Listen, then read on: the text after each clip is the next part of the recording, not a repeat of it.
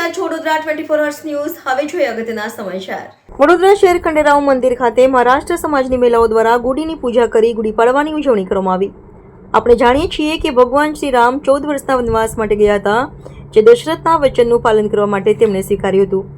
કૈકેયીના વરદાનને કારણે રામજીએ રાજગાદી છોડીને વનમાં પ્રવેશ કર્યો હતો।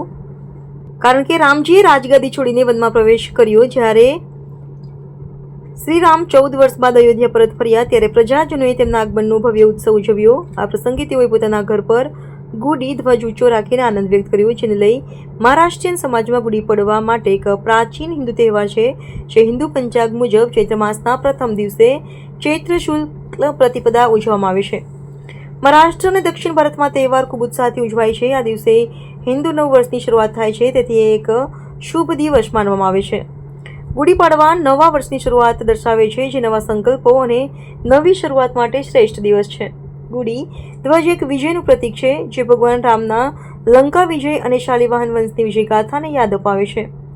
ગુડી પાડવા માત્ર એક તહેવાર નથી, પણ એ એક સંસ્કૃતિનું પ્રતીક છે, જે હર્ષ, શાંતિ અને સમૃદ્ધિ લાવે છે। નવું વર્ષ એક નવી ઉર્જા અને આનંદ સાથે જીવવા માટેનો સંદેશ આપે છે। આ તહેવાર માત્ર મહારાષ્ટ્ર અને દક્ષિણ ભારત સુધી મર્યાદિત નથી, પણ તે સમગ્ર હિન્દુ સમાજ માટે મહત્વપૂર્ણ તહેવાર છે।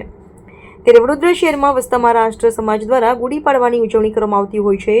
ત્યારે વડોદરા શહેર આરવી દેસાઈ રોડ ખાતે આવેલા ખડોંબા ભગવાનના મંદિર ખાતે મહારાષ્ટ્ર સમાજની મહિલાઓ દ્વારા ગુડીની પૂજા કરવામાં આવી હતી, સાથે ગુડી પાડવાની ઉજવણી કરવામાં આવી હતી। સાથે વડોદરા શહેરમાં મહારાષ્ટ્રીયન સમાજના લોકો નવું વર્ષની ઉજવણી કરતા હોય છે। સાથે વૈશાલી મોરે દ્વારા તમામ મહારાષ્ટ્રીયન સમાજના લોકોને શુભેચ્છા આપવામાં આવી હતી। મારું નામ અશ્વિની મોરે।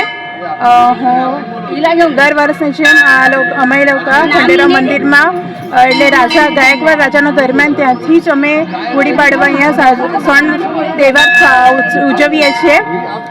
આ તહેવાર 14 વર્ષ વનવાસ કરીને જ્યારે રામજી ભગવાન પાછા વળ્યા હતા એના સ્વરૂપે અને એ લોકોએ જે વિજય પ્રાપ્ત કર્યો હતો, જે રાવણ દ્વારા વિજય પ્રાપ્ત કર્યો હતો, એના વિજયના દ્વાર પર આ ઉત્સવ સાજરા કરવામાં આવે છે, સણ કરવામાં આવે છે, જેના થકી ગુડી ઉભારવામાં આવે છે, જે સમૃદ્ધિ અને વિજયનું પ્રતીક છે।